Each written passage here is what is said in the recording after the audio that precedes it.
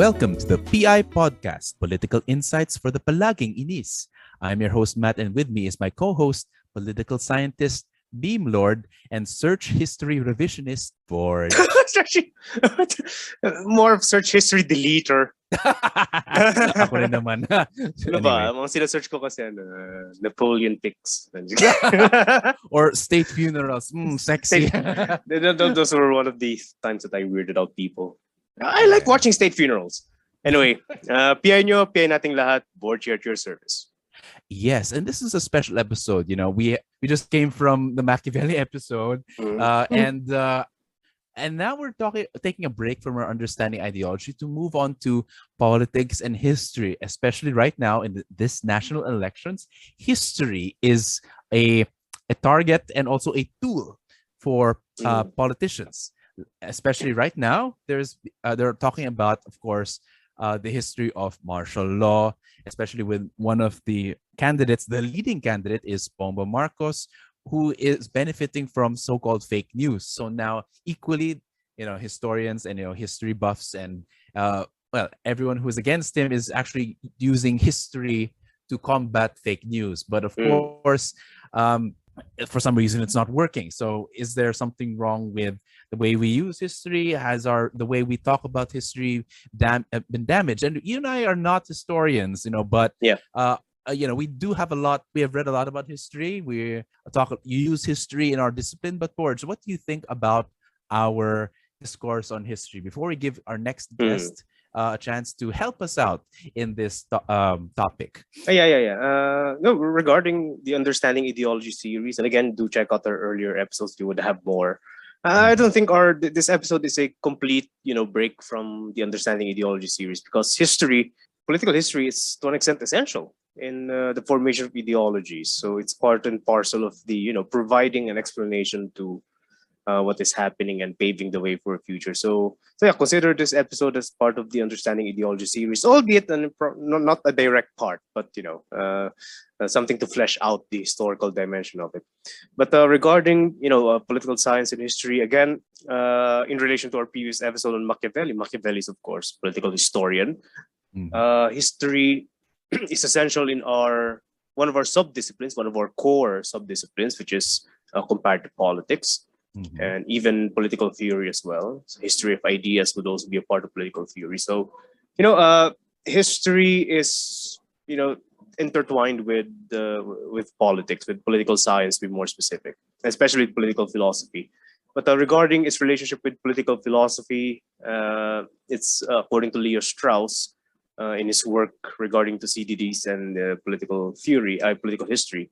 There's a long-standing, conflict between political philosophy and political history. So, for Leo Strauss, political philosophy explores the essence of things. So what is good? So it keeps on interrogating what is the meaning of good? How can this good be achieved? While political history, not only for Thucydides, and I think this is observable even in the Chinese political histories, they to an extent assume basic goods. So for political historians, they assume that stability, security are basic goods. Then they try to elaborate on how those things can be achieved within specific circumstances. So I think we can ask Mike regarding clarifying what's the relationship between politics and history. But for the discipline, political science is trapped within or between this ongoing debate between political philosophy and political history.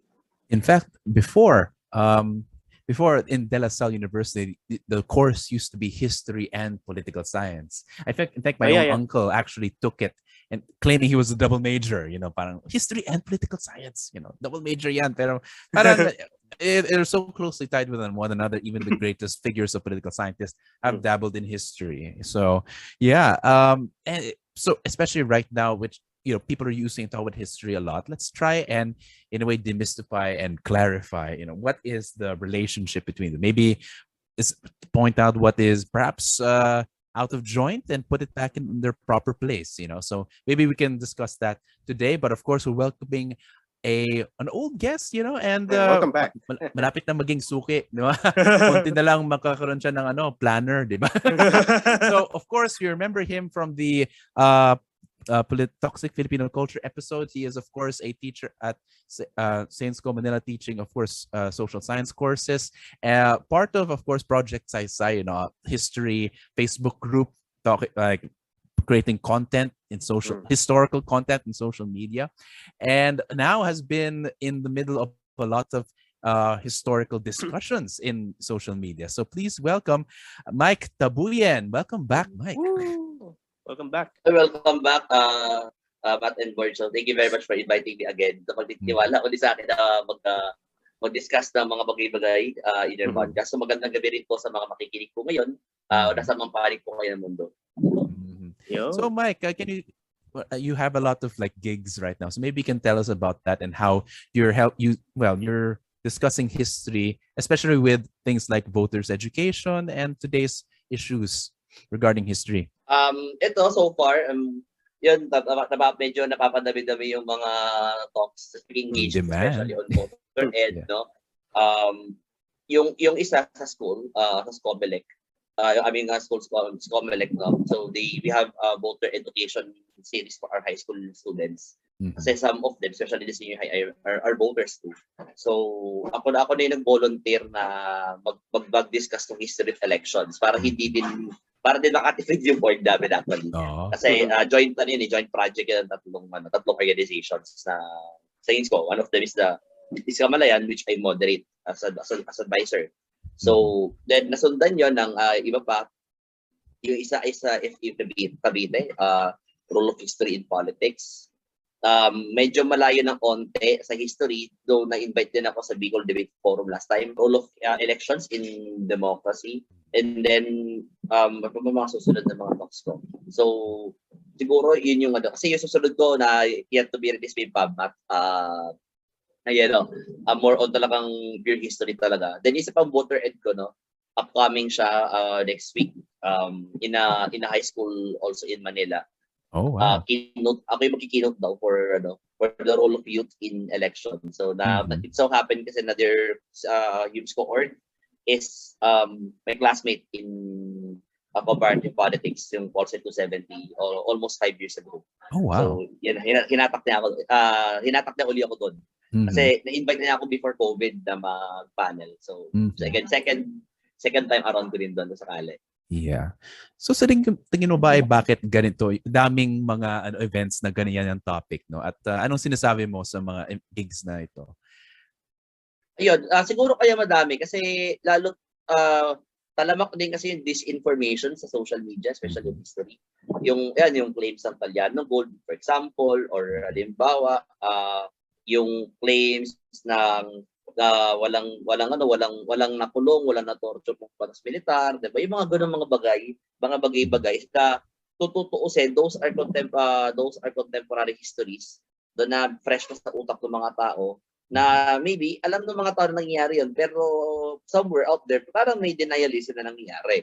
And with that, people are also asking na parang bakit iba yung lumalabas sa itinuturo sa kung ano yung pinapakal sa social media. So maybe people are trying to find sense on what's going on, and also asking themselves how history should be, no? Siguro may ganung ding pagdinilay-nilay na nagaganap, especially doon sa mga institusyon o sa mga circles na talagang kumbaga may awareness sila on in a way ng kung ano ba yung dapat na maging kampanya na kasaysayan sa lipunan. Siguro ganun.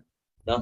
At nagkataon lang siguro talaga na nag-graduate ako ng Polsci, then nag-moonlight ako sa field ng history. I would like to call it moonlight kasi hindi ko naman siya degree. Either I'm a graduate holder ng at least MA history, so we're on moonlighting siya, di ba? Para gano'n yung dating technically. Okay. So kaya siguro na-invite ako, no? Dahil kumbaga kaya kong mamangkab nang sabay sa dalawang ilog. Oo nga. Actually, can you tell us a story of how that happened? So, mula political science, nag-moonlight ka sa history. So, bakit nangyari yun? So, ano ba yung kwento dyan? Well, actually, Borge, dapat talaga for college, kukunin ko talagang course sa history. No? Parang nangyari nagulat yung family ko kasi they're expecting me to enter the seminary talaga after high Ay, school. wow. Okay. Yes, that's one thing that most don't know, no? Na Mhm. dapat pumasok ako sa seminary. Then, out of nowhere, maybe na-inspire ako dun sa kumare ni Mama na history major, history alumna ng UP Diliman. Mhm. Then, one day, habang lahat ay nagmamadali, mag-ayos na papel sa upkat, ilang sabi ko sa nanay ko, gusto ko mag-upkat. And then, hindi naman kami well off, so she found a sponsor for me. Yun nga lang, hindi ako sa upkat. So, supposedly, yun din dapat na kukunin ko sa PUP. Kaso, na-discourage yung parents ko nung makita yung mga estudyante ng PUP na nag-rally, na Ay, wow. Silya, sinusunog. That was 2010 eh. So, supposedly, entrance scholar dapat ako doon. Exempted ako sa entrance exam by virtue na magiging presidente ko ng student council kasi may ganong PUP. So eventually dapat PNU sunod, BSE major in history. Kaso hindi ko alam na tapos na yung deadline. Nalaman ko na lang via online na pasok na yung deadline. So ended up in Adamson. And since walang history program Adamson, sabi ko, sige, pipili ko na yung pinakamalapit at yung palagi ko pinakapamilyar ako ng onte kung ano pinag-uusapan. Polsci. Kaya gano'n. Okay. So, for the next 4 years of my life in college, talagang, di po, Polsci ang inaral ko. Ano yun I was exposed to both streams, no? Yung mga legalista, yung mga nag-aabogado, no? And yung mga, eventually, yung stream ng mga gaya natin, ng mga non-lawyers who teach politics using various lenses in social sciences. In history is one, for example. Then, unti-unti na-attract ulit pabalik sa history dahil, nung nag-take na kami ng mga subjects na IR related, and even compass subjects, by the way, Asian Pol, European Pol. So, nababalik uli yun na yung idea na, teka lang, napapasok ko lahat sa mga history books Tapos nakikita ko siya paano ginagamit. Then, fast forward, when I taught in PL Boon, unang teaching experience ko after graduation, isa yun sa mga una kong tinuro, no? Philippine history.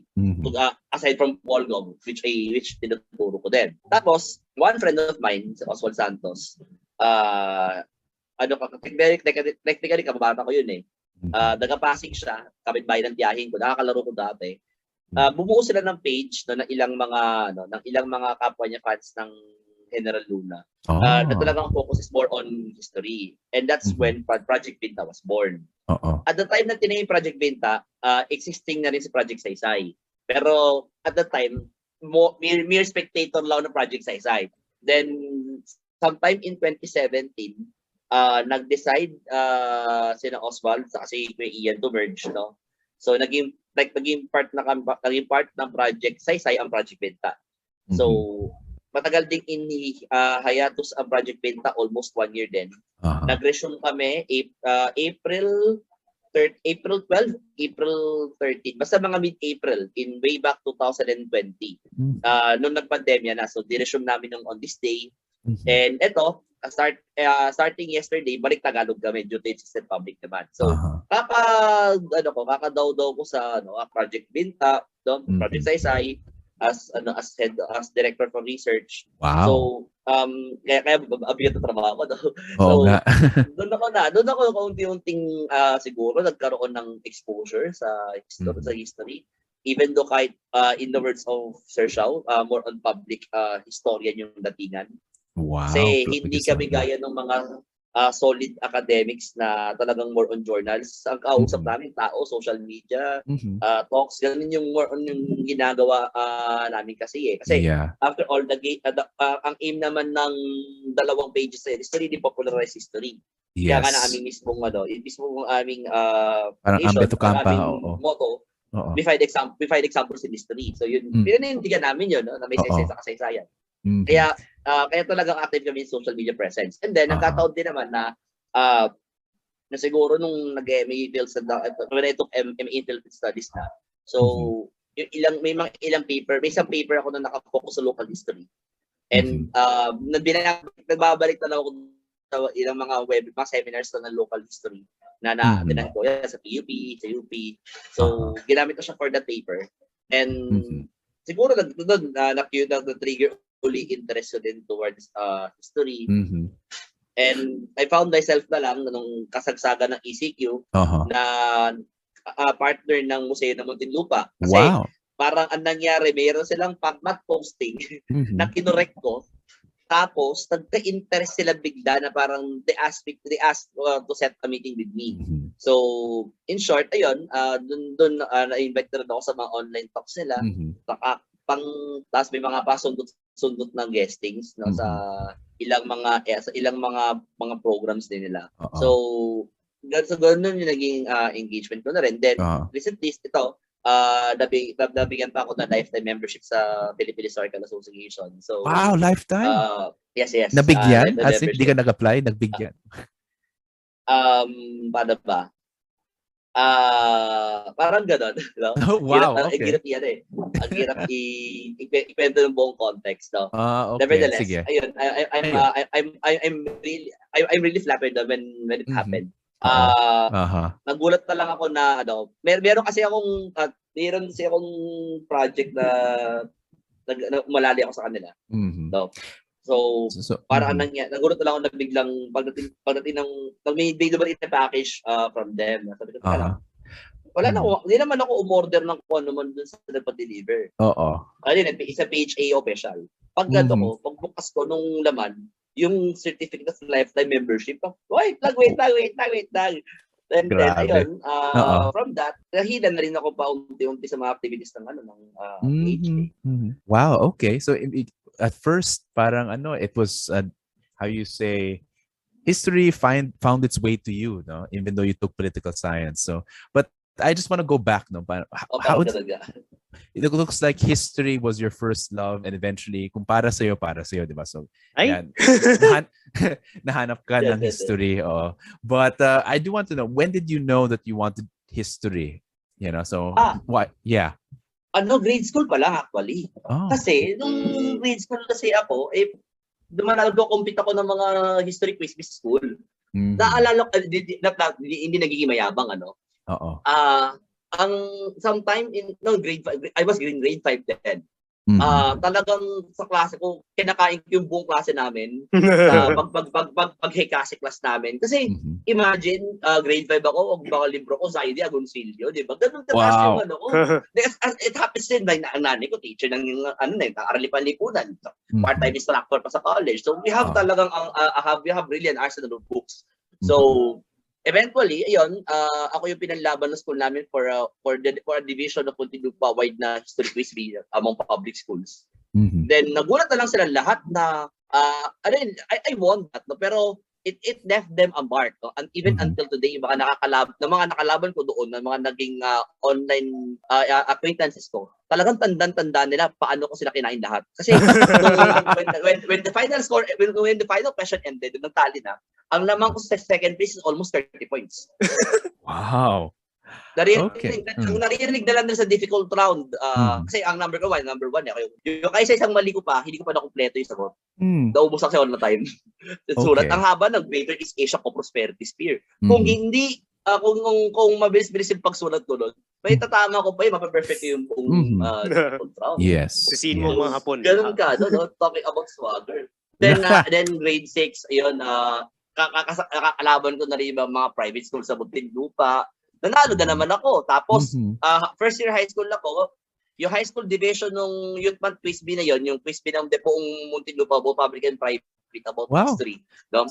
So, kasama yung Woodrose sa Zobel, no? First year ako, yes. First year ako, pinalaban ako, mga kalaban ko, mga fourth year karamihan. Yung pinakasiguro, mababa, third year. Second place ako, no? Nagkataon pa na na contest na worth na contentious yung isang question na gusto kong question wala lang dalang baka kailangan bala. Then the following year, yun, mula second year hanggang fourth year high school, ako yung champion. To the point na tinatanong na ako nung mga ibang coaches sa ibang mga school sa Muntinlupa. Uy, Tito, kailan ka makagraduate? Ginagawa na talaga ako, right in front of me and right in front of my parents, ginagano nila ako. No? Tinatrato rin ang joke na nanay ko dahil syempre teacher din siya, and some of those who are telling that ay mga kasama na sa DepEd Muntinlupa. Pero syempre sa amin parang teka lang, ano akala siniswerte kayo? Doon ko na-realize parang gusto ko matry maging historian. Tapos kasi at that time, yun, meron na fourth year, third year ba? Fourth year high school, meron na ako nung The Revolt of the Masses, The Fateful Years. So, kumbaga yung din progression ko, hindi na lang ako nagko-compete lang because of quiz. Para nararamdaman ko na nagiging ano ko siya, nagiging paborito ko na talaga siya. Na yun nga, magsimula ako kay Agoncillo at kay Zayde, sa History of Filipino People, yung textbook ni Zayde ng Philippine History. Tapos first year high school, nag-Ambeth Ocampo na agad ako. Tapos wala kay Ambeth, medyo nagmalalim na rin na ako kay Agoncillo. Yun nga, yung Revolt, saka yung Faithful. Maybe let's go back now. What attracted you to history? Bakit nagustuhan mo na to the point where nanalo ka palagi sa mga contest? And of course, this goes to the question, like, what is history maybe for you? You know, how was the experience of reading and studying history? As a discipline. Siguro kaya sa akin what made me interested in this siguro yung kwento. Kasi well, ito kita naman sa podcast ito gano'ng kadaldas, no? Oo. When even if you see my social media accounts, madaldal talaga ako doon. So may involved na kwento sa kasaysayan, and that made me interested maybe on that, no? And at the same time, doon ko na realize no na gusto ko yung mga kwento, gusto ko yung history. And sa akin, siguro, no, yung pag inaaral ko yung history kasi, ano siya hindi ko siya ni-imagine set of facts lang. Para siyang kwento. Ang sinasabi ko sa mga bata, and even do sa rapper about history, para siyang nobela, para siyang K-drama, para siyang telenovela pinapanood sa TV. Kumbaga, kung hook tayo manood ng mga series, story, kung halimbawa, Brooklyn Nine-Nine man yan, The Office man yan, o ang probinsyano man yan. Di ba? Mas pag nanonood ka nun, naaalala mo yung kwento, hindi naman yung every detail ng hindi naman every detail naman pinagagawa nila. So parang ganun ko nakikita yung history, no? So, na-attract din ako sa kwento. And maybe, what made it more deeper, yun na nga, when I encountered yung works nila Ambeth, nila Agoncillo, which made me appreciative further ng saya, pag-aaral lang na Kasaysayan. Lalo si Ambeth kasi ang gaan niya magsulat, no? To the point na may mga panahon na pinipilit kong gayahin yung writing style niya actually. No? I do really admit, no, may mga instances na writing style yung ginagaya ko. So, wala namang masama doon kasi except na siya for me, no? Even though, yes, I know that may mga critics against him, diba? But nevertheless, Ambeth and Agoncillo opened the doors for me for history. Pero siguro, yung elemento ng pagtingin siguro nung Saysay from those facts, that's where the Polsci now came in. Okay. No? Yan naman siguro yung malaking influence sa akin ng Polsci na tignan nyo Saysay sa mga yun. Yung bakit. Yes, yung bakit, no? Bakit nagkaganon? Okay, so on the one hand, history is the stories, the facts sometimes, and then politics is the meaning of history. Do I have you correctly? Yeah? Do I understand correctly? Well, ang history naman kasi yun, sabi nga ni Jesus Salazar, salaysay na may saysay sa sinasaysayan nito. Yung kasing political science, no? Ang pag-aaral ng Polsci is the study of politics, the study of how power is used by individuals and groups to assert their interests. So, papasok ang politika doon, ang kasaysayan doon by using history as proof, no? Papaano ba nagkaganto yung lipunan? Maybe pag tinignan natin through history, ganito kasi naganap and therefore, mula sa mga kaganapang ito, masasabi natin na ganito. Parang ma-imagine natin, total, the last episode is kay Machiavelli. Kasi Machiavelli, hindi na ginamit sa The Prince. Hindi na naman siya nagbanggit sa The Prince sa mga example ng ano ba dapat gagawin mo kung halimbawa na meron dapat ba mag-hire na mercenaries? Anong gagawin mo kapag may mga pinuno na nagiging threat sa kapangyarihan mo? Nabibigyan siya ng historical examples. Okay. So, historical, may in a bit of historical method na ginamit si Machiavelli doon. And even major political science scholars are actually like that as well too. So they use also history as support sa kanilang mga main arguments on power relations, no? On conduct of individuals and conduct of groups. That's for comparative politics. So comparative political history, Actually, I want to squeeze in here. So, of course, from what you have history, paano ba nasusulat ang kasaysayan, or how is history written? Because you mentioned that history is also a tool of politicians, and it is also a tool of power. But that also implies that technically historians, again, correct me if I'm wrong, though, but it's implied in your statement that historians are in a way also politicians. In other words, you're implying that historians use history to enforce a certain kind of power. Is that right? Or what's the method of history? How is history? And of course, a lot of people are saying that history is written by the victors. Kaya yung mga BBM loyalists, sinulat lang ng mga yan, yung mga dilawan yan. Kaya sinisiraan lang nila si Marcos eh. So, is that true? Okay. Or is there a method to historians? Yeah, go ahead. May method naman talaga ang history doon. Kaya in a way, nagiging scientific din yung pag-aaral sa kanya. Kasi, pag inaaral mo kasi mga narratives, hindi ka lang tumitingin sa mismong kwento eh. Kasi, yun, sa basics kasi ng historiography, natutunan ko na lang din through practice, meron din sa tinatawag na external and internal criticism. Mm-hmm. So, sa internal criticism, gaano ba ka-accurate yung sinasabi ng taong yung tungkol ng mismong document, or yung mismong material? Sa external criticism, dyan papasok yung provenance. Sino binagsasabi? Sino nagsasalita? So, kailangan mo ding timbangin at suriin bakit sa mga ganung mga factors, Kaya doon din humuhugot ng pag-verify kung totoo, kung talaga bang if the facts are really true or not.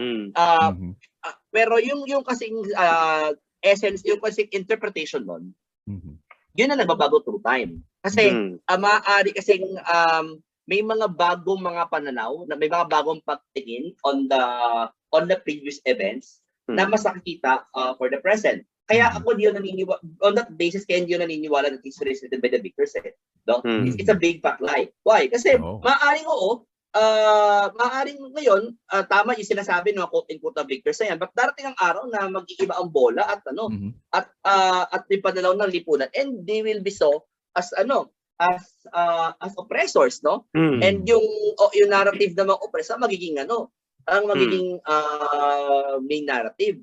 So ang classic example ko ng ginagamit sa klase ko yan is yung Philippine-American War eh.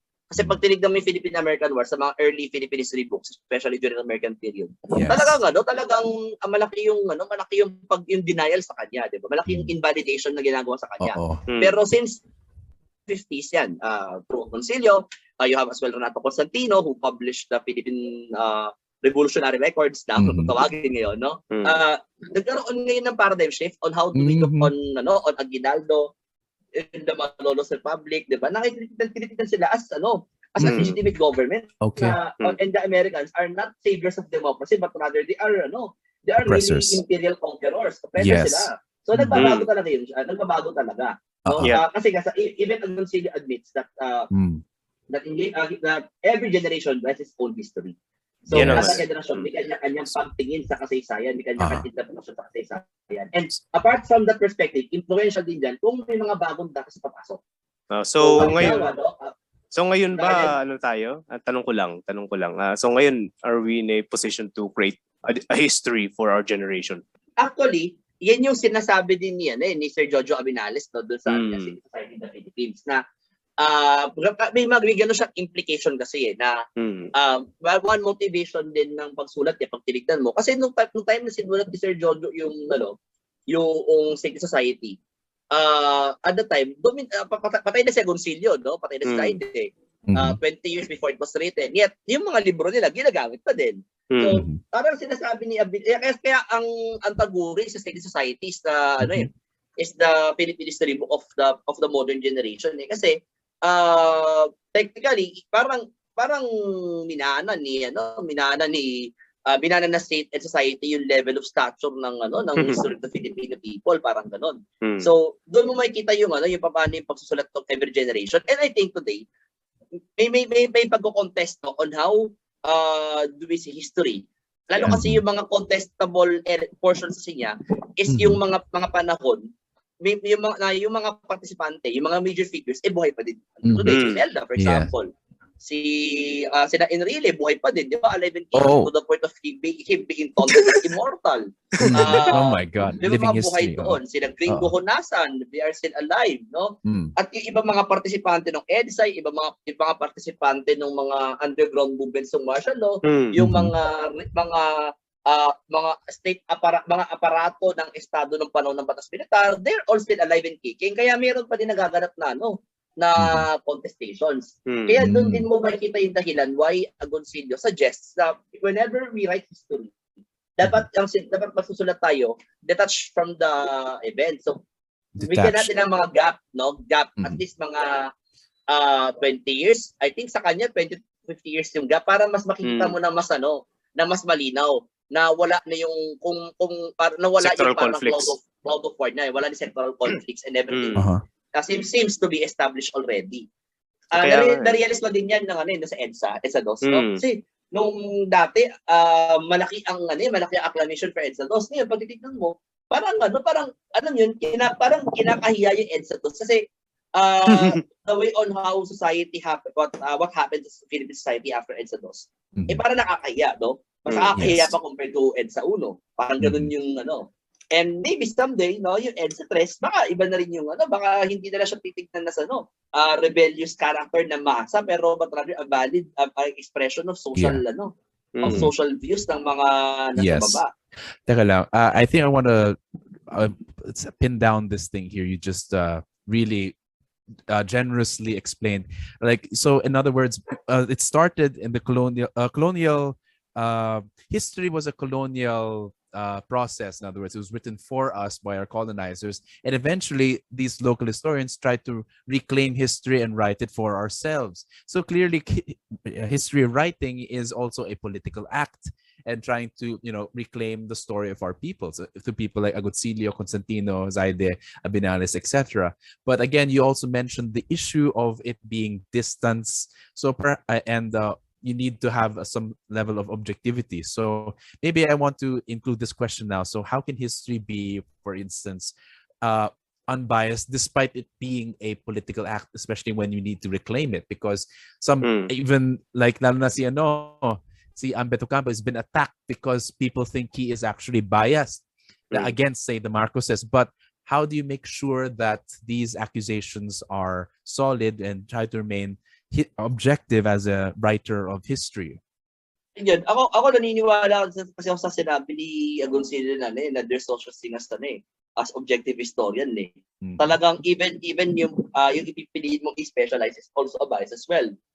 Pag nagbibigay ka na ng saysay, to use yung sa Lazarian jargon, nagbibigay ka na rin ng biases mo. So nagiging bias yung gawa mo, no? Nagre-reflect yung mga pananaw mo.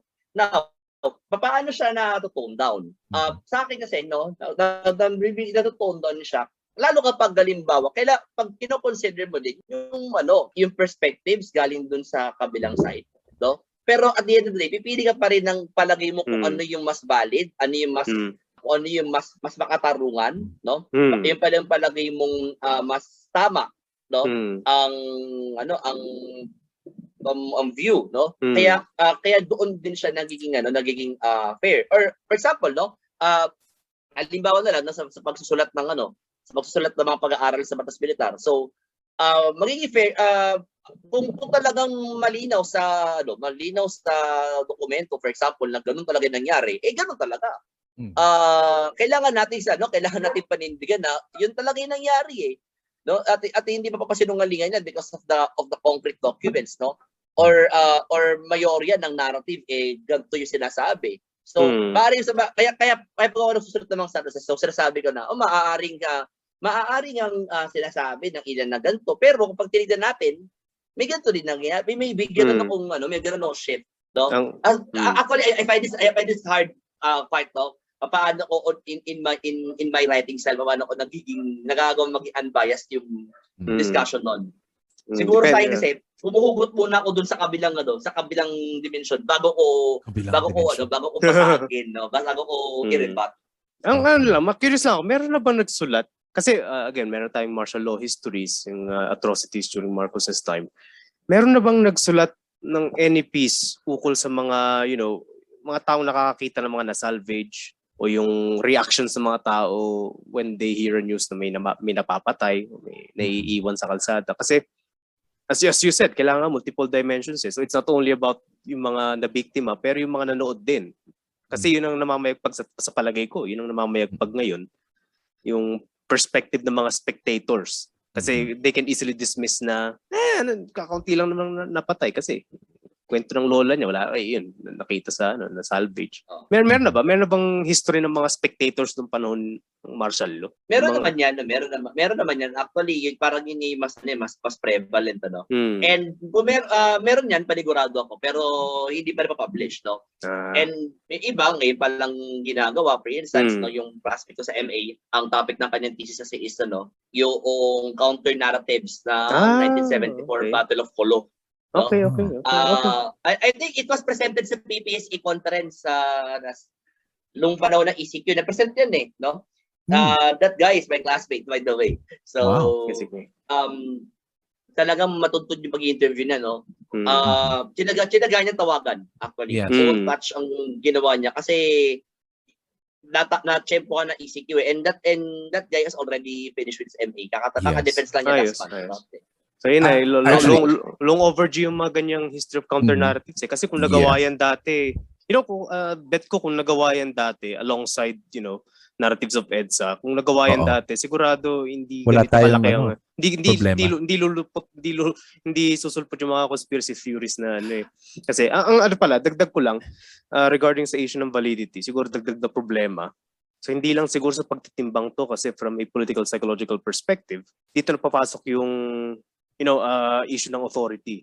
Kung may otoridad ba yung nagsasabi tungkol sa kasaysayan. So, yun ang dyan.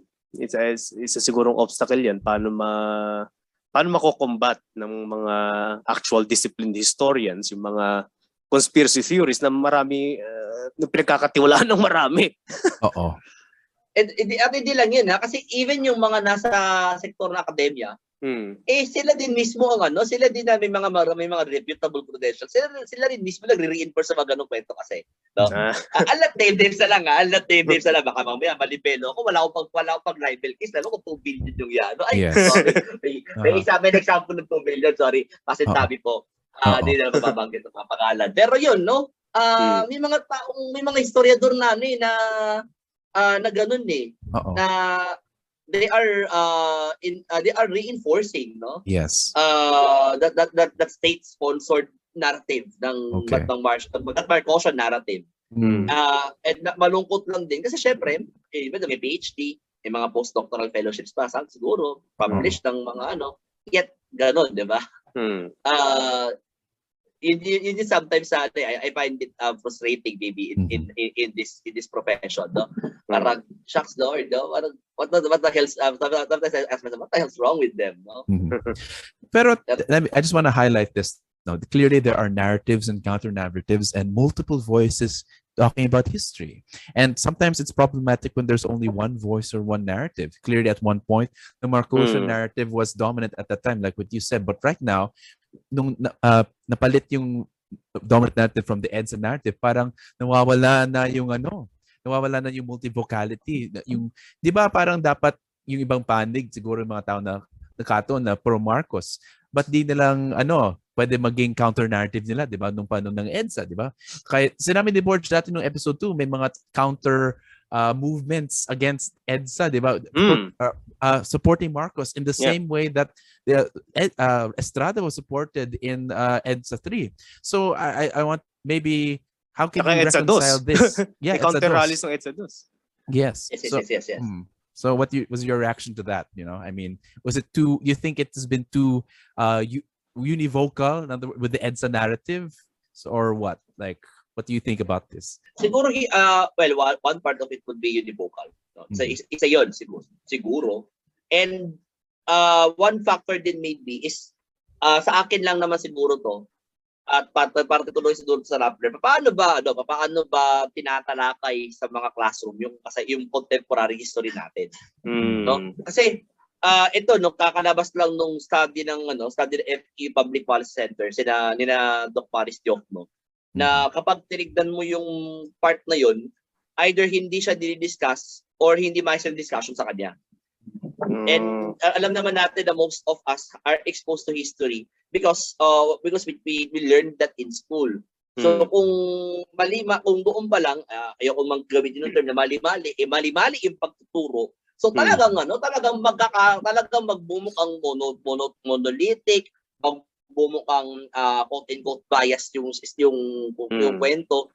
And naging sakit din ng naging sakit din naman ng profesyon niyan siguro na para nagiging monolithic din, and at the same time meron lang na-highlight na ilang mga tao at ilang mga rehiyon, of which yung mga kwento ng mga nasa margins, yung kwento ng mga nasa iba't ibang mga kasulok-sulokang bahagi ng Pilipinas, hindi siya na-feature.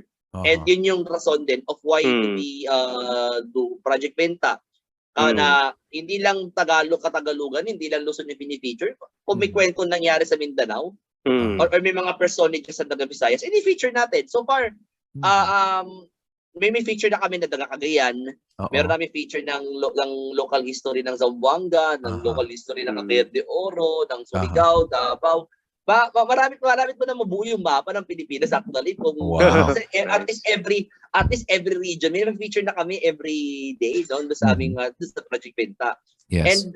And siguro yan yung naging kakulangan din ng textbook history writing sa Pilipinas na masyadong na ito yung isa lang technically sa forefront, yet may mga hindi sila hina-highlight. No?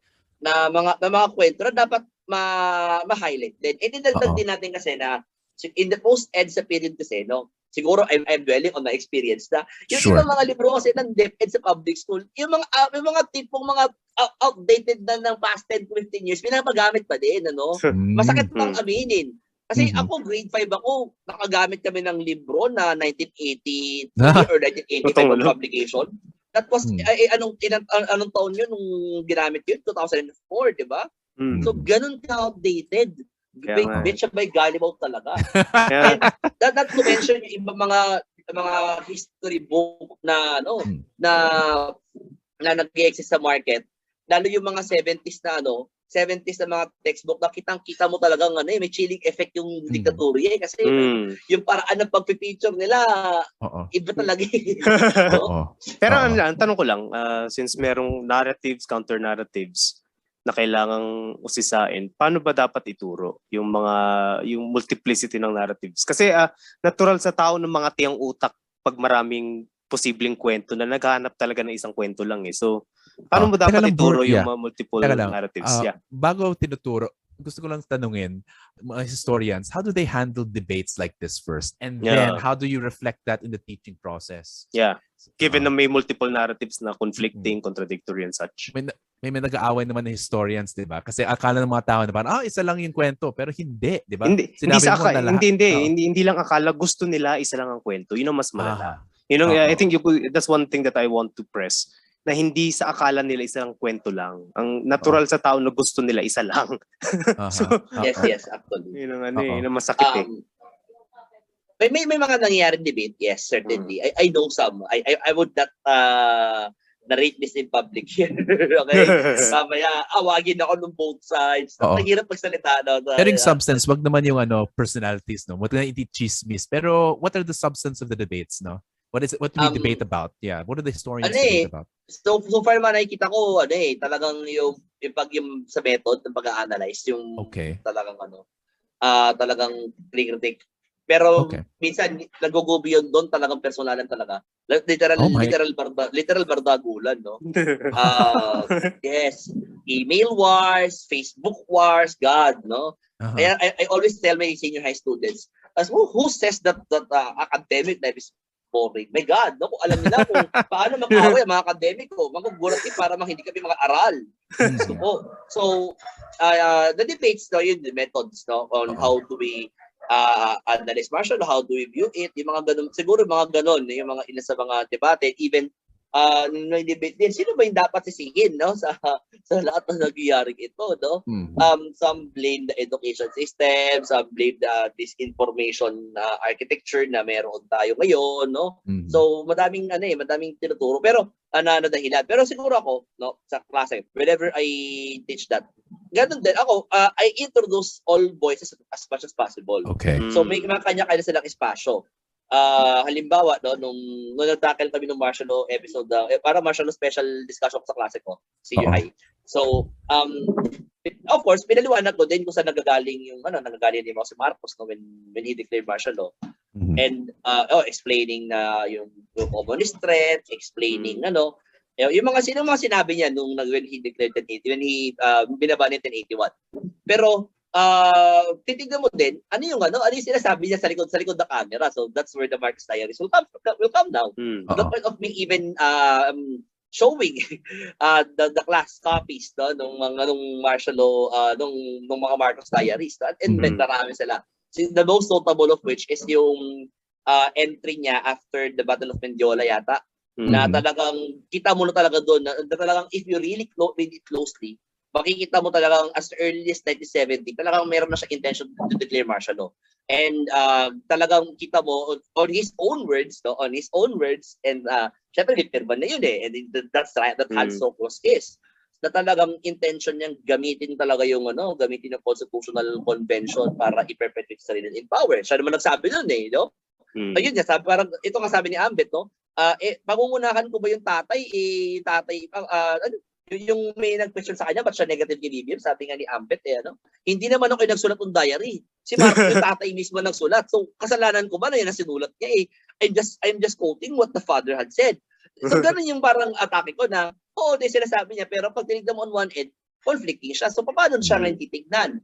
And of course, we have to also admit that sa akin, pag i-tackle martial law, inaamin ko din sa mga bata that the martial law of Marcos is actually one complicated thing to really discuss and to study. Kasi on one end, you have this legitimate government reforms, no, na nangyari. Yung support sa cultural sector, talagang nangyari talaga, that infrastructure development. Pero on one end, nandun yung boses ng mga biktima ng mga harassment na nangyari, nandoon yung crony capitalism na even until today nararanasan natin, nandoon yung blatant disregard ng batas at yung weaponizing ng batas na well documented sa mga records. So after all of those things, no, ano mas pipiliin? Paano na siyang titignan na justifiable ba yung lahat na nangyari government reforms at the expense of the lives of others, at the expense of all of our political institutions at the expense of our economy. So yung mga ganong mga ganon. Kaya yun, pinipilit ko ding mag-include parang in a way parang hindi naman he said she said. Pero at the end of the day, alam mo dapat kung saan ka lulugar. Ako yun ang baka may mga iba't ibang narratives. At the end of the day, alam mo ikaw mismo dapat makakaalam kung saan ka lulugar. Alam mo dapat kung ano yung meron kang mga non-negotiables in life na pwedeng makatulong sa iyo to analyze and to judge which perspective is the best or is valid. Yes, it sounds normative. Oo. Pero may kita naman doon na alam mo, it's really categorically wrong or maaari kung hindi manuance, diba? May mga ganun Yan ang Diyan na papasok ang political psychology, which is again, kulang din sa bansa natin. Ngayon pa lang sumisibol. Kasi discuss the class. Kailangan kasi this is the bridge between history and politics na. Kasi at this point we're not between public affairs at history when we're trying to make citizens choose how to handle contradictory narratives, since wala namang if we love liberty, we will not impose one single voice even if it is tempting. Dito na papasok ang yung question of values nga, kasi for many people may namatay, may suffer, and they can excuse it. So, I mean, honestly, like when I heard you say that you have to be normative in writing history, that's when that's when I think I detect that that's the problem with our history writing, because you have no way of balancing or objectifying the history writer's values in making sure it's objective. Like for example, like for the data of the EDSA narrative is using also interviews, documents, journal entries. But what about the voices of those who don't necessarily disagree, or maybe those in the middle, And like, for instance, how do you handle, say, if a student talks to you with the pro Marcos account? Sabi naman ng nanay yung lola nila? Are they invalidated because they don't ascribe to your historian's moral views or normative views? So how do we handle that? How do we, because it looks like it is written by winners or written by those of authority, which is dangerous and of course vulnerable to saying you're politicizing history. Yan. Diyan papasok ngayon yung role ng kasaysayang lokal or ng local history to bridge the gap. No? Kasi kagaya yan na, for example, in our national experience of martial law, some of us ay maganda yung naranasan. Talagang hindi sila nagalaw ng mga operasyon. Meron namang mga nagalaw. So, kumbaga, parang yung nakikita mo sa social media na hindi naman porke umulan maaraw sa inyo, maaraw sa buong Pilipinas, di ba? Kasi mga parts ng pwede umulan, di ba? Ganon. So, paano mo ngayon malalaman yung saan yung umaraw, saan umulan? That's where local history will now come from. And I think, yun din nagiging problema din natin sa historiography natin na we focus too much on the national narrative that we forget that there are local narratives that are to be studied. Hindi monolithic ang kasaysayan na hindi panay national, hindi din isa pananaw, kundi madami siyang pananaw na lahat ng mga narratives na yun, pag pinagsama-sama mo, will build this one, the whole nation that we call as Philippines. No? And yung mga story yun will form as well what we call as Philippine history. So the goal, therefore, is we use the local narratives as a way to look on how the events in the national reflects on the local and how events in the local are manifestation of the national. Tulog sociological imagination, yes. Pero ganun talaga. Para mailapit. It happens. It's para mailapit at para mas magkaroon ng relevance sa mga tao. Kasi limbawa kagaya na yung kasaysayang lokal nakita mo na yung mga nangyari ng batas militar nangyari sa bayan mo. So ma-visualize mo ngayon at maiintindihan mo lalo on how the national operated through the local. And how the events in the local is a reflection of the national. Para example, ang maganda example nito yung kinukwento ni Toting Goodkin, no? Yung panahon ng 1989 coup. Na kapag tinignan mo sa mga kwento ng 1989 coup, para more on sa Makati, more on sa Camp Aguinaldo lang yung aksyon. Pero pag tinignan mo, there's Cebu na may nangyari doon. For example, sa kwento ni Mayor Buni sa Muntinlupa, may hinarang silang persa ng mga militar doon na kaya nila hinarang kasi akala nila mga ramyo, yung pala loyal troops yun. Kailangan bang tumawag ni Fidel Ramos para sabihin kay Mayor Buni na mga loyalista ng gobyerno yung papasok na yan, kayagan silang pumasok. Kasi at the time talagang uncertain times, and you'll see as well yung effort ng mga taga-Muntinlupa to also defend the government. And some people who also involved there are talaga are later became notables, no? Supiri, Nonoy Andaya, okay? We know now as them as no political figures. Pero way back in 1989, kasama sila sa mga nag-defend ng demokrasya ng bansang ito by watching guard dun sa mga destabilizers, no? So, doon makikita ngayon na maraming story pang deserve na natin marinig. No? So, kailangan ilapit ang kasaysayan. Yes, kailangan ilapit sa kasaysayan sa mga tao. Kasi kasi ang problema kasi, ewan ko kay Matt, I feel ko Matt may probably agree na mas madali mag-moralize at the national level. Yun ang diyan eh. Kaya siguro nasa-stuck ang mga nagdi-discuss ng history sa national level kasi mas madaling gumawa ng moral standards, mas madaling mag-forward. Mas madaling mag-forward ng moral standards at the national level. Kasi mas komplikado. To the broadsheets and to the national media, and they have a particular take. So, ang tanong lang dyan, can you use history to moralize or to establish moral standards? Is it appropriate? I mean, I think it's obvious that it can be, but again, should it? Should it? Yeah. Actually, nagagamit naman talaga siya. For instance, so yung pag tinignan mo kasi yung mga socio-political ideas ng mga bayani, sila Rizal, sila Mabini, bumuhugot din sila sa kasaysayan and even Bonifacio, no? Si Bonifacio na sinasabi nila hindi aral, di ba? He even use history to impart moral standards to the katipunan, no? kaya sa initiation ng Katipunan, makita mo, may tanong, anong kalagayan ng Pilipinas noon? Anong kalagayan ng Pilipinas ngayon? Ano dapat ang kalagayan ng Pilipinas sa inaharap? So, nakita mo doon na nagbibigay si Bonifacio ng pagkakataon for the Katipunan members to reflect on the current condition using history, using maybe hindi man yung history na talagang alam nila yung mga nangyari sa Ilocos, but rather their personal experiences. So, pwede ba siyang dapat ba siyang moralize? Actually, ambivalent pa din ako diyan, pero I think na pwede siyang gamitin para magbigay sa atin ng guide on what to do. Pero kailangan din natin tandaan na nuance din ang kasaysayan na hindi din siya written in black and white, May mga shades of gray din siya, sometimes even 50 shades. The double, okay? Pan aside, okay? Pan aside.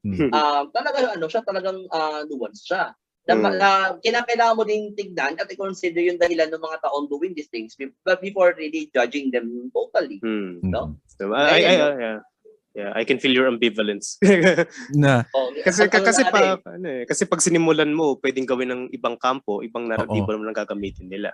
That's the problem. That's why we have this problem, because this is just the reason why Bongbong is so strong is because they've been ignored. So they're now feeding themselves. And I think it's in a way, in order to prevent it from happening, and this is me moralizing now. No, I'm sorry. I can't.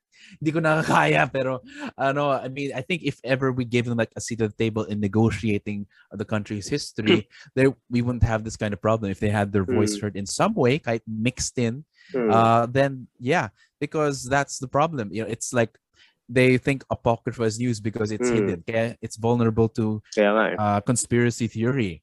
So yeah. So actually, I think we can lead this to the next question, which is right now, how do, for example, more and more historians, such as yourself, and of course, many of your colleagues are now becoming more political advocates, in one side or the other. So perhaps you can tell maybe what have you observed with you and your colleagues, how you have been contributing to the political discourse, and what are the perhaps the good points and maybe the not so good points maybe in terms of that experience. Can you tell us about that?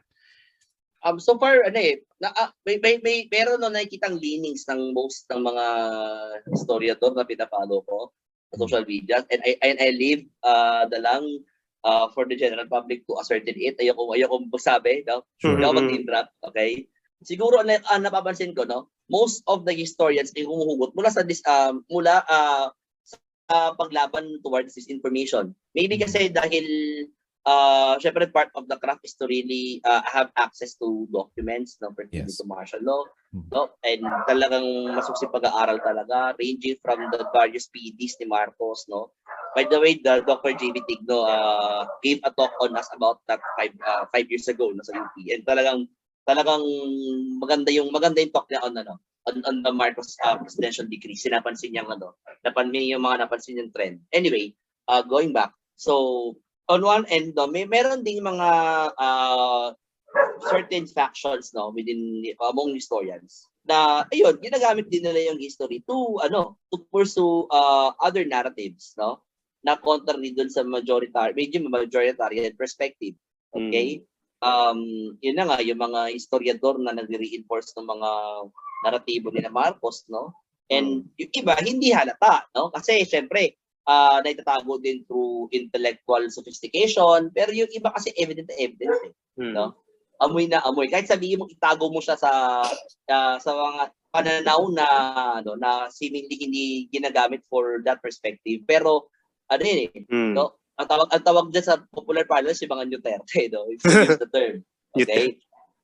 Yun yung mga tawag nila yun yung tawag sa popular parlance nun So what are the good points there? So nakita mo ngayon na, natauhan yung academic community na we have to go down and engage in public, kasi siguro noong 2016 walang major academic na sumiseryoso sa mga tao. Nag-communicate sa kanila. Well, some exceptions will be yung mga ilan na yun noon. That includes Dr. Thompson Contreras, that includes Ambeth Ambeth Ocampo, that also include Xiao Chua, no? So, siguro yun, bilang sa daliri, yung mga academics na nag-engage into social media, communicating there, no? Kasi doon parang ang tingin natin, parang social media is all fun and play. Then we have these events in 2016 that we all saw what happened now. And siguro doon na-realize sa mga intellectual na sobrang taas natin ng ivory tower. And yes, maybe both all of us here in this podcast are also guilty with that. No? Not on one way or another are within our own respective echo chambers, ivory towers, no? And ito mga nangyari ngayon ng mga nakalipas sa mga panahon that compelled us to go down, no? And to go down to the hill. Sabi nga ng mga taga-Ateneo, to go down to the hill and talk to the people. So, I mean naman na yun din. This podcast was formed because of that need, no? The Project Saysay was also formed, no? And was pushed further because of that situation, no? Whether we like it or not, no? Ganun yung nangyari because of the environment, or you have now yung mga iba't ibang mga scholars na nasa Twitter ngayon, napapaliwanag this and that, no? Iba't disiplina sila. You have Jail Cornelio also. You have Jail Cornelio in Ash Presto for sociology, diba? You have yung si Mapmaker David for geography, diba? Post-colonial geography, diba? And yung Polsci madami. Si Dr. Tigdo has a Twitter, si Doc Ella meron din, si Doc Aris Arugay meron Twitter, and si Doc Polco may Twitter din. So you see now academics are talking with the public now. And ganun naman din talaga dapat, kasi after all, no, I always say this to my class. After all lang, ang pinag-aaralan natin ni Lipunan, no, muhugot tayo ng data natin sa Lipunan. So dapat alam din ng Lipunan yung mga nangyayari, but also communicate with them, no? Yeah. And siguro the bad point lang, no, of when we do it, whenever we do it, as I see it, and I'm also guilty of this, is kapag nagipag-usap tayo sa mga normal na mga tao, pero naka-high horse din, di pa rin tayo, naka-high horse pa rin tayo. Bumaba nga tayo sa Ivory Tower, pero naka-high horse tayo, di ba? Tingin natin sa mga tao, mga, alam mo yun, mga, hindi kayo pwede magsalita against us, no? Parang ano karapatan mong i-correct ako, inaaral ko to, di ba? Hello, may doctorate ako sa ganito. May mga ganun So, siguro, nararamdaman naman natin yan, no? The way on how sometimes they paano sila makapagbardagulan, okay? And paano yung tono ng kanilang mga posting. Yung tama passive-aggressive siya, pero halata mong nag-adbaculum. Yung gano'n, maybe ganung mga posting. Ang solusyon ko diyan, I can happily say that di ako guilty sa ganyan kasi again, due to my, political psychological training. So, I need to hear first. So, tsaka medyo na-abandon ako na yung ganyang klase ng pero mahirap nga, totoo nga lang na boba from a high hill. Yes. Pero siguro ang ko diyan, ang pandagdag ko siguro. Medyo pessimistic ako. But I think it's too late. Oh no. For the next few generations.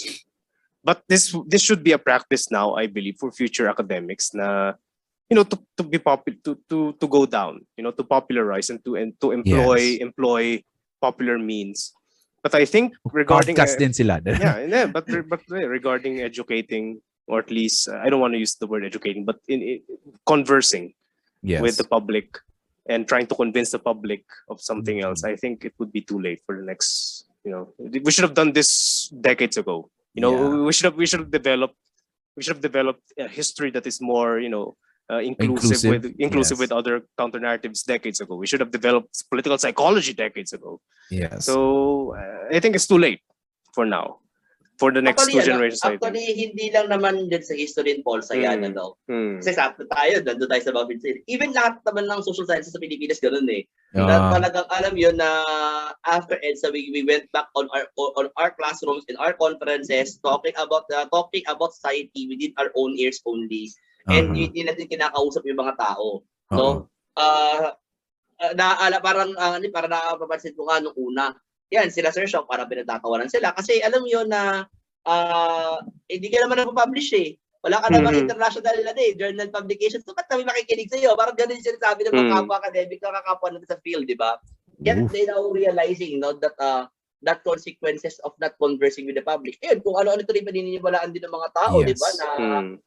Na flawed, if not inaccurate, di ba? So, kaya din sinasabi ko din sa klase ko din sa mga senior high ko din na maganda ng may mga topics sa klase natin na mga alam yun, quite controversial to be discussed. For example, left movement. Yes. We read Renato Constantino in class, diba? Just imagine that, no? And then yung halimbawa, yung si Michel Foucault, diba? Yung mga pananaw niya, minsan nagagamit namin sa klase. Pero sabi ko nga sa kanila, maigi na sa klase na pag-usapan. Sa labas na pag-usapan niya na baka mamaya mali-mali rin yung makuha ninyo. So at least ito, process natin pare-pareho on kung talaga bang totoo yung mga ganitong perspective o hindi. Kaya kaya sinasabi ko for them na maging open din kayo, magtanong kayo, magtanong kayo even on the material, no? Kung palagay niyo na parang mali yung tono ng material, hindi call this klase natin, then let's discuss discuss this, di ba? Yes. So I think clearly there is this something needs to be done. So I think we already partially asked this question, but I do want to ask everyone here in the podcast as a way of closing up. Bitin, but I think we really have to wrap it up. But thank you for being generous. My God. Oo nga.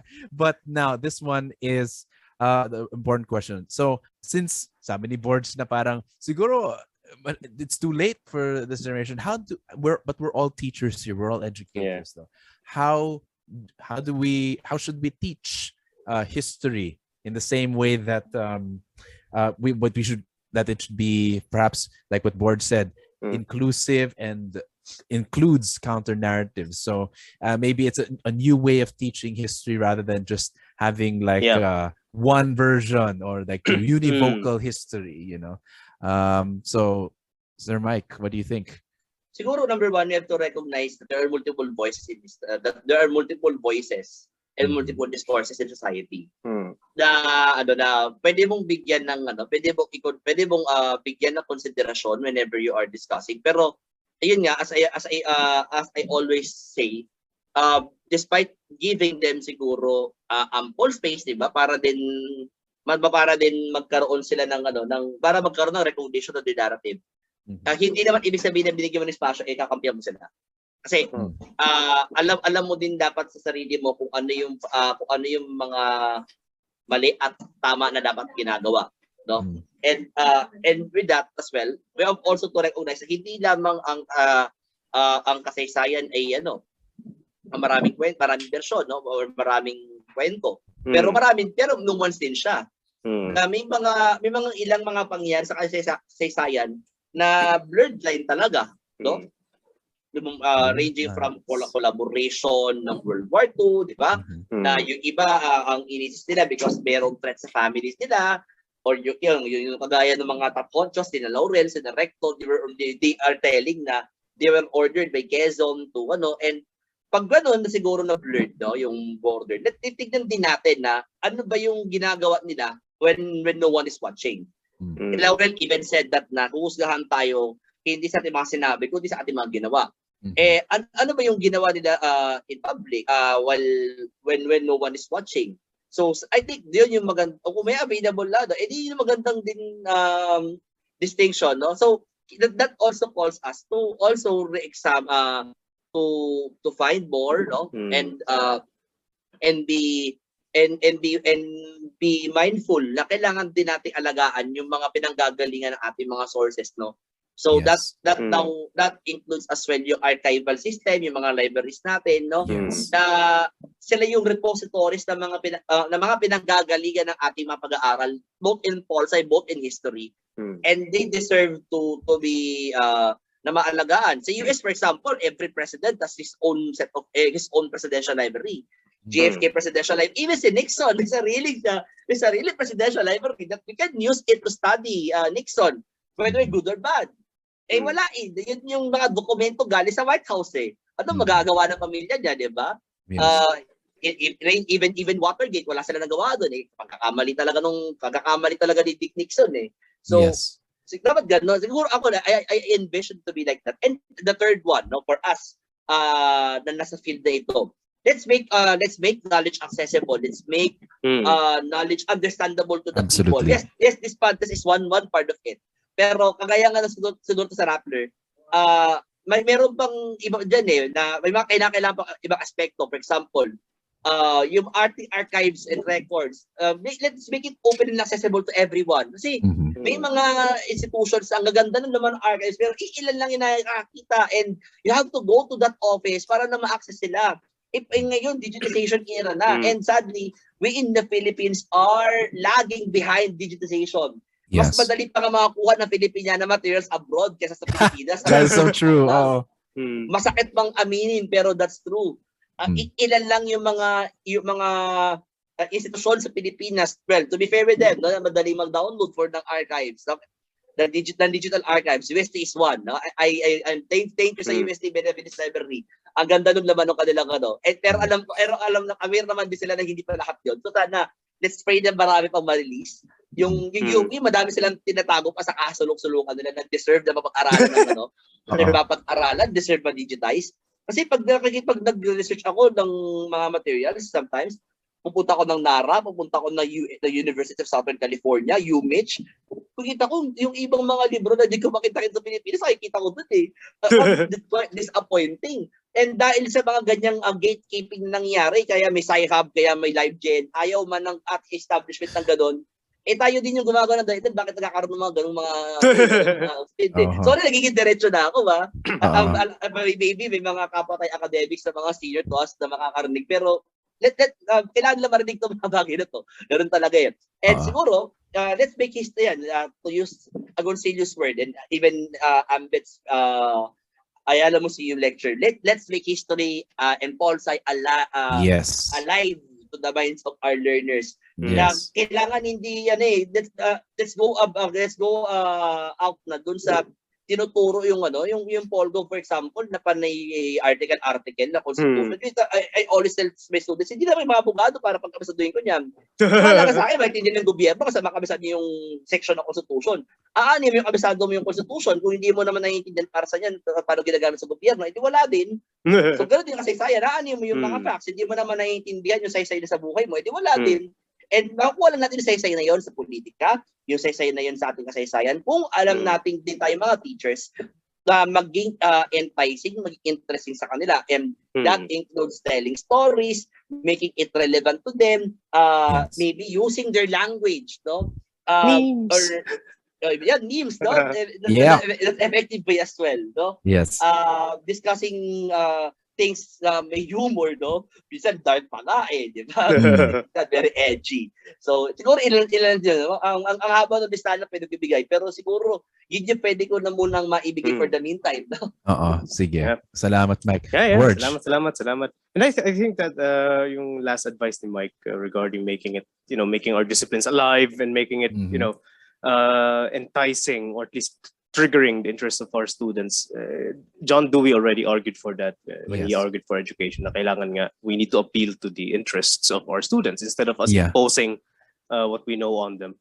But regarding teaching, regarding teaching history and political science, I think this is something that I've been doing.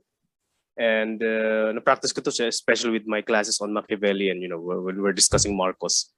When I'm opening the floor for, counter-narratives as early as 2014, even before Duterte came in. How to handle counter narratives? I always ask my students, try to look beyond. You need to understand first the other narratives, okay? But you don't settle with that. You need to look beyond. You need to transcend those narratives and what are they pointing at? Because they would always have something in common that they would point to. The EDSA narrative, the pro-Marcos narrative, the Duterte narrative, they're all pointing to the problem of national unity, state building, and good governance. So doon sila nakaturo eh. And of course, for Duterte, yung problem of political morality. So I think, and this second one, which is I think my advice to any historians talking about politics or trying to use history to moralize, to deploy their own biases. I think what is better for us to do is to present the problems that these historical facts pose. So instead of providing, moral standards, because if you do that, that can be done by the other camp, and it would be an endless struggle that would, be settled only by contest of force. Who shouts the louder and who shouts the best. But I think what historians can do in discussing, political histories, present the problems that these facts are pointing to. What are the political problems they're pointing to, and that's what you convey. So again, hunus dili. We need to restrain ourselves. Because it is easy to weaponize history, but the costs of weaponizing history is you threaten the collective identity of an entire nation, because you would have multiple narratives under one heading. Yes. So yeah, I think that's my comment. I've been listening to historians, discussing standards, ethical standards, judging either camp. So yeah, yun lang. Yes. I completely agree with that. And in fact, I think it's good that Mike helps us acknowledge that there are a lot of versions of history. There are a lot of historians. In fact, there are a lot of versions of history as much as there are historians. But on certain events, say for instance, things like martial law or EDSA, there's not a lot of room for debate. In fact, it's as if they've agreed on one version of the narrative. And as a result, we have people listening to fake news, apocrypha, and it's if you teach one version of history, once someone presents it with another, they have no way of processing it. So, and I think from Mike's story, the fact that they used quiz bees as a way of measuring one's knowledge in history. I mean, I'm not going to take away. Magaling talaga si Mike. I'm not going to take away that, but that's also a limiting way of discussing history. Kung puro facts lang, it's not names of people, dates, places. It's all like what Mike said. It's about the stories and what those stories mean and tell us. But it has to be dynamic, alive, and in a way, I told this to some historians before, and in a way they should. Maybe I suggested this is the way they teach it. Instead of teaching one history, have them do research projects about history and all that. Allow debate in history class. Then you can, one of the best ways to counter fake news is to allow them to say it, and then teach them how to verify it. Teach them how to judge amongst themselves. Maybe have one student be a adjudicator, even have them trained judging one opinion over the other, instead of just using their own values. Perhaps use the process of verification, judgment, weighing. That's one way of making history alive. It's not teaching one book. In fact, gaya sinabi ni Mark, ang dami ng makapangalan. Ambeth Ocampo, Zeus Salazar, Zaide, Teodoro Agoncillo, ang daming pangalan. Constantino, Agoncillo. So if you read only one book, you don't have the full history, the multivocality of history. And of course, we need more local historians. That's the great thing about it. And so thank you, Mike. That was a very much more passionate than your last one, but definitely very much appreciated. So so thank you for hoping this won't be your last, though, but for now, let's cap it off. Ulit tayo. With recommendations where we can recommend supplementary materials like readings or movies or works of culture to, in a way, supplement this discussion. So, being the guest, Mike, can I ask you to go first in the what is Talking History ni Renato ni Ambeth Ocampo. Yun yung transcriptions ng lahat ng interview na ginawa niya kay Teodoro Agoncillo. Interesting book, sobra. To the point na I wish to see the unexpurgated version. Kasi may mga nung time na pinapublish siya yun, buhay pa yung ibang mga minura-mura ni Agoncillo doon sa history. Buhay pa sila, talagang, alam niyo, parang hindi malibelo si Ambeth. So, sinabihan siya ng publisher na, baka malibelo. Alam ko, lasal ata ng publisher nun initially. Bago, the recent iteration is UST na publish eh. So, sinabihan daw siya ng lasal na, tanggalin mo yung mga pangalan, kasi mamaya, malibelo tayo. And yung mga pinagbumura, mga trash ni Agoncillo doon, sa harap ni Ambeth, mga kilalang historiador din, mga kilalang intellectuals. So, interesting kasi nakita mo yung ni Agoncillo, yung process niya ng pagsulat ng kasaysayan. And that's one, no? Siguro the second, kung to understand history in a fast manner na may lalim, no? Yun, yung mga libro ni Ambeth, I do really recommend that. Pero hindi naman syempre you stuck on that. Kasi kailangan mo din tignan pag para feeling mo you're done and really grasp na para alam yun, para feeling mo nakagraduate ka na kay Ambeth. So pwede ka na mag-venture sa mga ibang mga malalim na mga akda, okay? And madami dyan, no? Punta ka ng Solidaridad, the Popular Bookstore, UP Press at Ateneo Press, pabudol sa Shopee, madami, no? Yan, siguro that's one. And siguro yung mga works ni Renato Constantino. Well, intriguing din background ni Constantino kasi si Constantino si Polsci graduate. Kung double literally in history. He actually is one of the pioneers of DFA. No? Narentag lang siya, that's why he was kicked out there. Nevertheless, makikita mo yung impluwensya ng Polsci sa kanya as a historian din. Kasi pag nababasa mo yung mga works niya, kahit yung Miseducation of Filipinos, no? Or even yung Veneration without understanding na lang eh. Kita mo yung sa kanya, yung influence, alam mong budawa mong Polsci, galing siyang Polsci muna eh, bago naging bago siya naging historian. Well, siya kasi naging historian siya kasi he became the curator of the Lopez Museum. Pero yung kanyang undergrad talaga is really Polsci. Kaya ang lakas ng political tones ng kanyang mga gawa. Because yun, pareho kami ng mga Polsci na mga nag-connect to history. Then, feature Renato Constantino.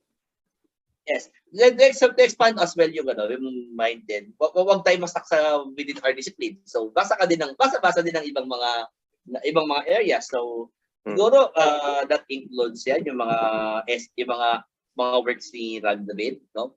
Masarap din basahin kasi ang ganda paano tinatackle ni Ran David, no? Yung mga sociological issues using very easy words. Well, siguro kasi yung Truth Forum yung kanya kasing column originally TV program yun na kalaunan he shifted to writing na talaga. Sino pa mga pwede mga basahin na mga historiador, mga scholars. Kung may pera kayo, Kasaysayan, the story of the Filipino people. Bilhin yun. Oh, wow. Yung makapal yun, di ba? Favorite kong basahin sa library namin yun. Yes, ang sarap niyang basahin, God. No? May pictures kasi. Yes. Yun, that's a very good book, no? Sobrang gandang libro niya. Hindi siya sobrang biased, kung ano man yung word. Maganda yung pagkaka-discuss niya. Even yung part ng sa Marcia, no? Yung pagkakasulat doon ni Alex Magno ng part niya, maganda talaga. No? Maganda yung pagkakagawa. Even si Maris Diokno, maganda rin yung part niya ng post-war. Siyempre, tatay niya, si Pepe Diokno, tinanggal ni Makapagal, di ba? So, pero she wrote it very well. No? As if hindi siya anak ni Pepe Diokno. Ganun ganda yung libro. Kaya talagang treasure yun eh. Pag nabili mo, God, you'll never regret the price. You'll never regret it. Mahal nga lang talaga. I think, nasa 5 digits sa atin ngayon pag binibenta sa mga Pilipiniana Facebook page. Yes. Sorry. 10 to 15,000 yung buong volume. Ganun siya kamahal na. Kahanap mo na ako ng spasyo dito. Yung affordable naman sa listeners natin, Mike. Oo nga eh. Kaya sabi ko kanina, kung may pera kayo, no? Sige. Buy it. Or kung wala man, meron kayong nasa library ng school nyo, no? Read it. Ganun siya ganda. It's a really top tier recommendation. So, siguro yun muna, no? Bumabalik na yung mga tao sa face-to-face na eskwelahan. So, pag bukas na yung Bukas sa library natin eh. Kung bukas ang library, edi go. Iyon, salamat Mike. Borge. Salamat. For my case, I think I can just recommend one lecture by Leo Strauss. I think this was my reference earlier on. It's entitled Thucydides, The Meaning of Political History. So this is where he lays down the old ancient debate between political philosophy and political history. So I think this would be apt, an apt reading for anyone trying to, pursue their own, political morality via history. So I think this would answer so many questions. Yeah. And regarding that one, pahabulan siguro. I think Filipinos right now, they're hungry for knowledge on one hand. I think that this hunger for knowledge I haven't seen this for a while. And I think this is partially due to technology. So they want knowledge. And I think ordinary Filipinos, they want non-partisan historians. I think they're itching for that. I think I think the Marcos apologists would listen to someone who would recognize, the validity to an extent of their narratives, while evaluating it without any shade of yellow or pink. So I think I think they're open to non-partisan historians, even if hindi nila kakampi. Yes. Anyway, I think yung tansya ko lang.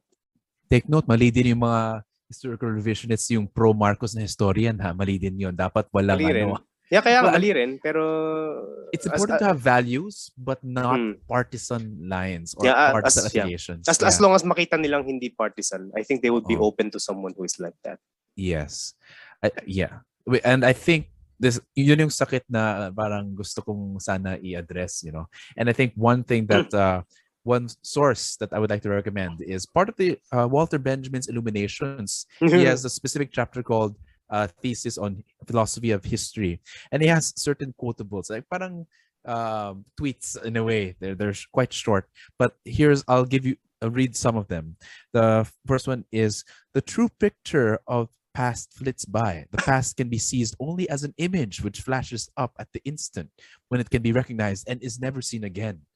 And then another one here: to articulate the past historically does not mean to recognize it the way it really was. It means to seize hold of a memory as it flashes up at the moment of danger. So it's only one picture, but it's not as it is. So it's only one version of something, but never as it is.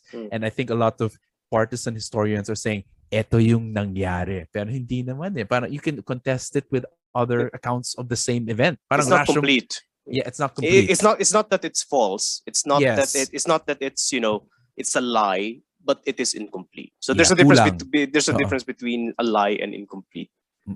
Tapos yung pinakasikat, yung Angelus Novus, his comment on that saying, shows an angel looking as though he is about to move away from something he is fixed contemplating. His eyes are staring, his mouth is open, his wings are spread.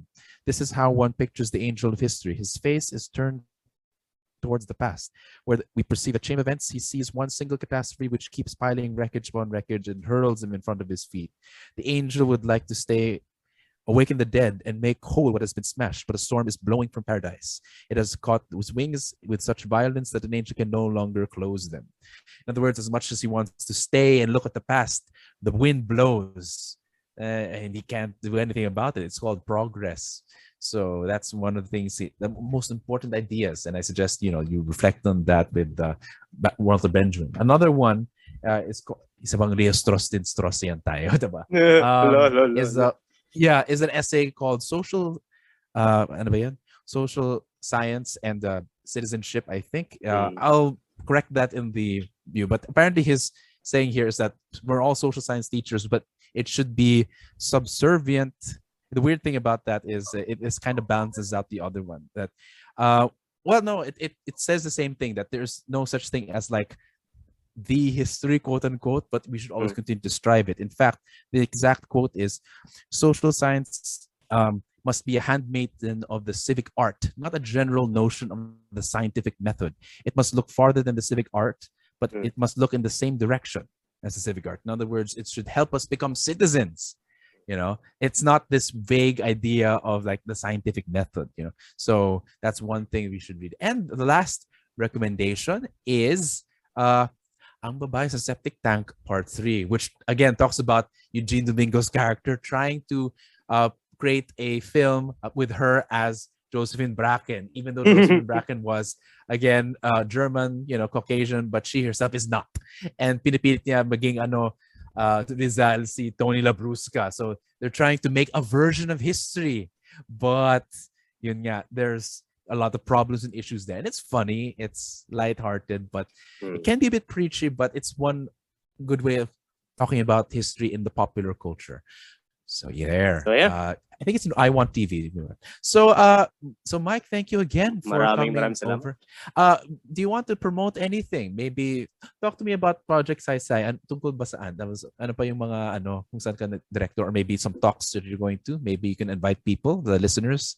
Ayan, so far, yung Project Saysay is a youth organization that we aim to popularize history through materials na accessible sa mga tao, and of course that includes social media. So yun yung aming main page. Then yung para subsidiary kay Project Pinta is yung page din namin that we feature everyday events in Philippine history. So you may follow us po sa Facebook, and meron kaming Twitter and Instagram for Project Saysay. Okay. Anything else? Wala na siguro, yun na muna. Okay. Maraming salamat sa pag-invite po sa akin. Maraming salamat. Chismisan ulit sa susunod. Pag may Chismisan. Yes. Di ba sabi nga ni Lord de Vera, di ba? Chismis noon, Kasaysayan ngayon. Yeah. Isa pa yun sa recommendation. Let's put that. Kahit daming episodes sa YouTube. So, we recommend it. Yes. Okay. Sige. All right. So the PI podcast can be found on Anchor, Spotify, and YouTube. Please feel free to follow us also on Facebook and pretty soon on Twitter. So feel free to, again, watch out. And then feel free to send us a message at pipodcastph@gmail.com for perhaps suggestions or comments. But until the next episode, magandang gabi, mga ka-PI.